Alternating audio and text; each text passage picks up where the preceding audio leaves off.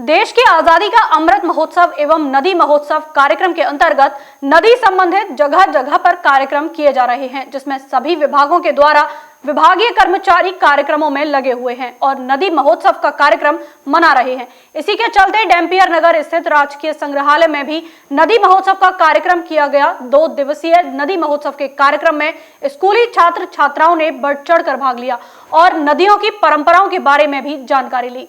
पहले दिन नदियों पर आधारित एक फिल्म तैयार करके स्कूली छात्र छात्राओं के सम्मुख प्रस्तुत की गई, जिससे कि स्कूली छात्र छात्राओं को नदियों के इतिहास के बारे में भी जानकारी दी गई। इस मौके पर दर्जनों की संख्या में स्कूली छात्र छात्राएं मौजूद रहे। तो वहीं कार्यक्रम के दूसरे दिन समापन के अवसर पर नदियों की फोटो प्रदर्शनी का भी आयोजन किया गया, जिसके माध्यम से सभी छात्र छात्राओं को बताया गया कि हमारे देश में बहने वाली सभी नदियां कहां से उत्पन्न हुई हैं और इनका इतिहास क्या है।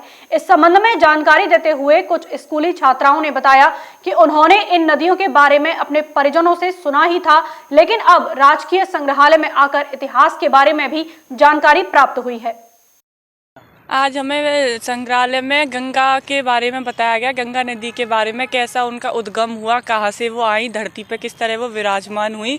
हमें उसके बारे में पूरा इतिहास बताया गया और बच्चों को ये बताया गया कि बच्चे जो नदियाँ उनमें गंदा ना करें, उनके प्रति जागरूक हों और जागरूकता फैलाएं। जो लोग आजकल गंदगी फैला रहे हैं नदी में कचरा, वो उससे सफाई अभियान चालू हो, बच्चे इनसे सीखें। और यहाँ पे जो आकृति मिली हैं उनके बारे में हमें बताया, नॉलेज दी गई कि किस तरीके से गंगा नदी रहती हैं, किस पे सवार होती हैं, किस तरीके से क्या हुआ, पूरा इतिहास उनका बताया गया। इससे पहले आपको नॉलेज थी क्या इस मामले में? नहीं, इससे पहले इतनी नॉलेज नहीं थी। आज इन लोगों ने जैसे मूर्तियाँ जो मिली हैं उनके बारे में बताया कि गंगा जी का कलश ये है, वो किस पे, उनका जो मगरमच्छ पे उनके उस पर सवार होकर उस पर जाती थी, उस तरीके से बताया।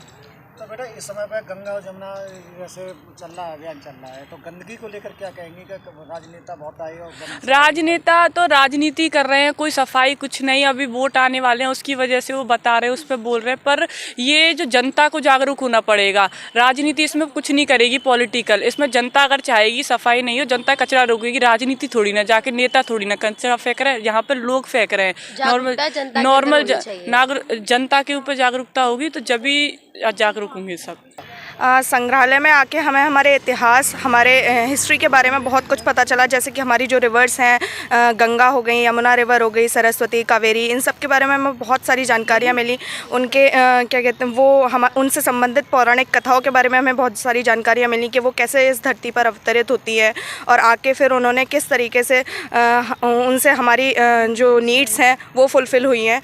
तो इस तरीके से हमें उनकी जानकारी मिली और उनको हमें किस तरीके से संरक्षित करके रखना है, उनको सेफ़ रखना है, उनमें गंदगी नहीं करनी है, इस बारे में हमें जानकारी मिली। गंदगी को लेकर करोड़ों रुपए खर्च किए जाते हैं, तो लेकिन अभी तक यमुना साफ नहीं हो पाई है, तो इसमें क्या कुछ कहना चाहिए? मैं इस बारे में ये कहना चाहूँगी कि जो यमुना नदी के बारे में कहा जाता है कि बहुत सारे करोड़ों रुपए खर्च किए जाते हैं, लेकिन साफ़ सफाई नहीं दिखती है। वो इसलिए नहीं दिखती है क्योंकि जहाँ तक मैं सोचती हूँ कि जो करप्शन है वो इतना ज़्यादा बढ़ रहा है कि जो पैसा है जहाँ के लिए आ रहा है वहाँ तक पहुँच ही नहीं पाता। तो इस वजह से फिर जो यमुना नदी की जो गंदगी है वो साफ़ होने की जगह और बढ़ रही है और लोगों में जागरूकता भी नहीं है। हमें यहाँ पे जो मेन थीम थी वो तो इसके ऊपर थी कि किस लिए जो गंगा जी हैं उन्हें धरती पे लाने की ज़रूरत पड़ी।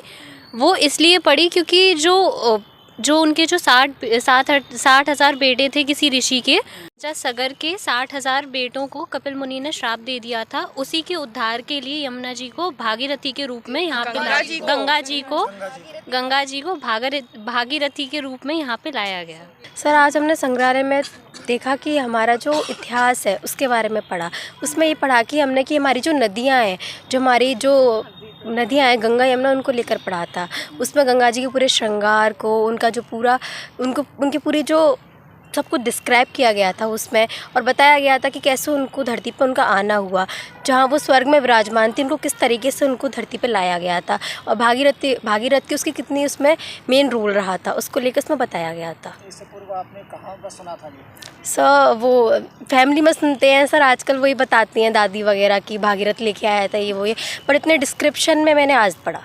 वहीं इस 2 दिवसीय कार्यक्रम के बारे में जानकारी देते हुए राजकीय संग्रहालय के अधिकारी कृष्ण ओम सिंह ने बताया कि राजकीय संग्रहालय में भारत की प्राचीन धरोहर है और इनके माध्यम से युवा पीढ़ी को एवं स्कूली छात्र छात्राओं को समझाया जाता है। राजकीय संग्रहालय मथुरा द्वारा आज़ादी के अमृत महोत्सव एवं नदी देवी के महोत्सव के उपलक्ष्य में दिनांक 22 को कल हम लोग नदी देवियों से संरक्षित जो एक वीडियो फिल्म का हम लोग प्रदर्शन किए, जिसमें मथुरा जनपद के विभिन्न स्कूलों के द्वारा बड़ी संख्या में आए छात्र छात्राओं द्वारा वीडियो फिल्म का देखा गया उनके द्वारा।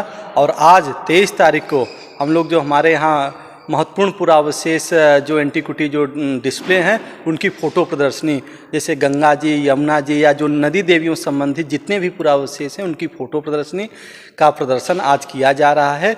इसमें भी बहुत सारे जनमानस एवं विभिन्न स्कूल कॉलेज के बच्चों, छात्र छात्राओं एवं स्टाफ, कर्मचारी, अधिकारी सभी आए थे और सभी ने प्रदर्शनी का अवलोकन किया। सर, ये कार्यक्रम पहली बार किया गया है या पहले भी कर चुके हैं नदी समूह?